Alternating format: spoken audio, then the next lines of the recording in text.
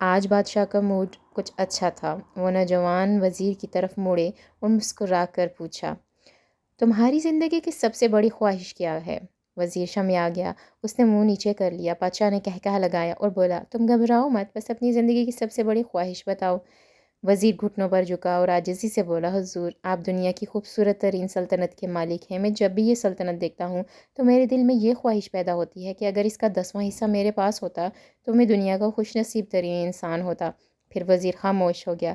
بادشاہ نے کہکہا لگایا اور بولا، کیا میں اگر تمہیں اپنی آدھی سلطنت دے دوں تو کیا کہو گے؟ وزیر نے گھبرا سا گیا اور اوپر دیکھا اور عاجزی سے بولا، بادشاہ سلامت، یہ کیسے ممکن ہے؟ میں اتنا خوش قسمت کیسے ہو سکتا ہوں؟ بادشاہ نے فوراً سے اپنے سیکرٹری کو بلوایا اور 2 احکامات لکھنے کا حکم دیا۔ بادشاہ نے اپنے پہلے حکم کے ذریعے اپنی آدھی سلطنت نوجوان وزیر کے حوالے کرنے کا فرمان جاری کر دیا۔ دوسرے حکم میں بادشاہ نے وزیر کا سر قلم کرنے کا بھی آرڈر دے دیا۔ دونوں احکامات سن کر وزیر حیران رہ گیا۔ بادشاہ نے احکامات پر مہر لگائی اور وزیر کی آنکھوں میں آنکھیں ڈال کر بولا، تمہارے پاس صرف 30 دن ہیں۔ تم ان 30 دنوں میں صرف 3 سوالوں کے جواب تلاش کرو گے۔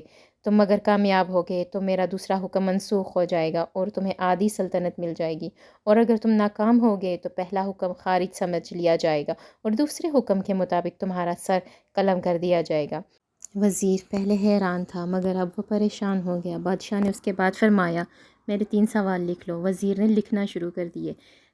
بادشاہ نے کہا، انسان کی زندگی کی سب سے بڑی سچائی کیا ہے؟ وہ رکا اور بولا، دوسرا سوال میرا یہ ہے کہ انسان کی زندگی کا سب سے بڑا دھوکہ کیا ہے؟ اور میرا تیسرا سوال، انسان کی زندگی کی سب سے بڑی کمزوری کیا ہے؟ تینوں سوالوں کے بعد بادشاہ نے اعلان جاری کر دیا کہ اب تمہارا وقت شروع ہوا جاتا ہے۔ وزیر نے دوڑ لگا دی۔ ملک کے تمام ذہین مفکرین لوگوں کو جمع کیا گیا اور بٹھایا گیا۔ پوری رات ان باتوں پر بحث جاری رہی مگر کوئی جواب نہ مل سکا۔ وزیر دوسرے دن بھی اور لوگوں کو اکٹھا کرنے لگ گیا، دانشور ڈھونڈے مگر نتیجہ وہی نکلا۔ آنے والے دنوں میں لوگ بڑھاتا رہا مگر اسے کوئی بھی جواب نہ مل سکا، یہاں تک کہ وہ دارالحکومت سے بھی نکل کر باہر لوگوں سے سوال پوچھنے لگ گیا۔ تھکا مارا شہر شہر گاؤں گاؤں وہ پھرتا رہا مگر اس سے کوئی جواب نہ ملا، حتیٰ کہ اس کا شاہی لباس بھی پھٹنے لگ گیا، اس کی گردن لٹک گئی، جوتے پھٹ گئے اور پاؤں پر چھالے پڑنے لگے، یہاں تک کہ شرط کا آخری دن بھی آ گیا اور اگلے دن اس نے دربار میں پیش ہونا تھا۔ اب وزیر کو یقین ہو چکا تھا کہ کل مجھے گردن میری کاٹ دی جائے گی اور شہر کے مرکزی پل پر مجھے لٹکا دیا جائے گا۔ مایوسی کے عالم میں دارالحکومت کی کچی آبادی میں پہنچ گیا۔ آبادی کے سرے پر ایک فقیر کی جھونپڑی اسے نظر آئی۔ وہ گرتا پڑتا اس کٹیا تک پہنچ گیا۔ فقیر سوکھی روٹی پانی میں ڈبو ڈبو کر کھا رہا تھا اور ساتھ ہی میں دودھ کا ایک پیالہ بھی پڑا تھا جہاں پر فقیر کا کتا اس دودھ کو پی رہا تھا۔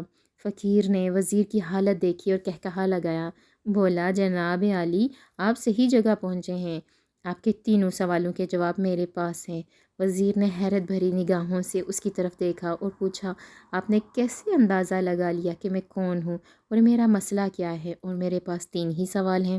فقیر نے سوکھی روٹی اٹھائی اور اپنے جھابے میں رکھ کر مسکرا کر بولا اور اپنا بوریا اٹھایا اور وزیر سے کہا کہ دیکھو ذرا، اب تو تمہیں سمجھ آ ہی گئی ہوگی۔ وزیر نے جھک کر دیکھا، بوریے کے نیچے شاہی اس کا جوڑا پڑا تھا۔ یہ وہ لباس تھا جو بادشاہ اپنے قریب ترین وزراء کو عنایت کرتے ہیں۔ فقیر نے کہا، جناب عالی، میں بھی اس سلطنت کا وزیر ہوا کرتا تھا کبھی۔ میرے پاس بھی کبھی ایسے ہی 3 سوال آئے تھے، نتیجہ اب آپ خود ہی دیکھ لیجئے۔ فقیر نے اس کے بعد سوکھی روٹی کا ٹکڑا اٹھایا اور دوبارہ پانی میں ڈبو کر کھانے لگ گیا۔ وزیر نے دکھی دل سے پوچھا، کیا آپ بھی جواب تلاش نہیں کر سکے تھے؟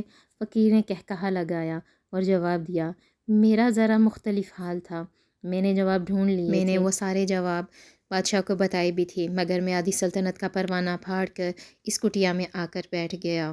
اب میں اپنے کتے کے ساتھ ایک مطمئن زندگی گزار رہا ہوں۔ خیر، وزیر کی حیرت بھی بڑھ گئی، لیکن سابق وزیر کی حماقت کے تجزیے کا اب وقت نہیں ہے، جواب معلوم کرنے کی گھڑی ہے۔ چنانچہ وزیر نے اس سے پوچھا، بتاؤ ذرا مجھے ان کے جواب، میں بہت مشکل میں ہوں، مہربانی کیجیے مجھ پر، کیا آپ مجھے میرے 3 سوالوں کے جواب دے سکتے ہیں؟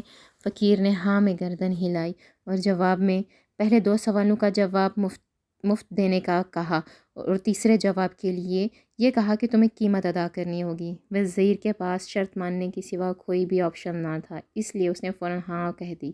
فقیر بولا، دنیا کی سب سے بڑی سچائی موت ہے۔ انسان چاہے کوئی بھی ہو، موت اس کے لیے سچائی ہی ہے، وہ اس سے بچ نہیں سکتا۔ اور بولا، انسان کی زندگی کا سب سے بڑا دھوکہ اسی کی زندگی ہے۔ ہم اس زندگی کو دائمی سمجھ کر گزارتے ہیں اور دھوکے میں آ جاتے ہیں۔ فقیر کے دونوں جواب ناقابل تردید تھے۔ وزیر خوش ہو گیا۔ اس نے اب تیسرے جواب کے لیے فقیر سے شرط پوچھی۔ فقیر نے کہا لگایا اور کتے کے سامنے دودھ کا پیالہ اٹھایا اور وزیر کے ہاتھ میں دے دیا اور بولا، اب تمہیں یہ پینا ہوگا۔ مگر وزیر خاموش تھا، مجبور بھی تھا کہ اگر دودھ نہ پیا تو اس کا سر قلم کر دیا جائے گا، اور اگر پی لیا تو یہ تو کتے کا جھوٹا ہے۔ خیر، اس نے وہ دودھ مجبوری کے تحت پی بھی لیا، کیونکہ اس کے پاس تو اب کوئی چارہ بھی نہ تھا۔ وزیر نے پیالہ اٹھایا اور گھٹا گھٹ ایک ہی سانس میں سارا دودھ پی گیا۔ فقیر نے کہا لگایا اور بولا، میرے بچے، انسان کی سب سے بڑی کمزوری غرض ہوتی ہے۔ یہ اس کتے کا جھوٹا دودھ تمہیں پینے تک مجبور کر دیا۔ یہ وہی ہے جس نے مجھے سلطنت کا پروانہ پھاڑ کر اس کٹیا پر رہنے پر مجبور کر دیا۔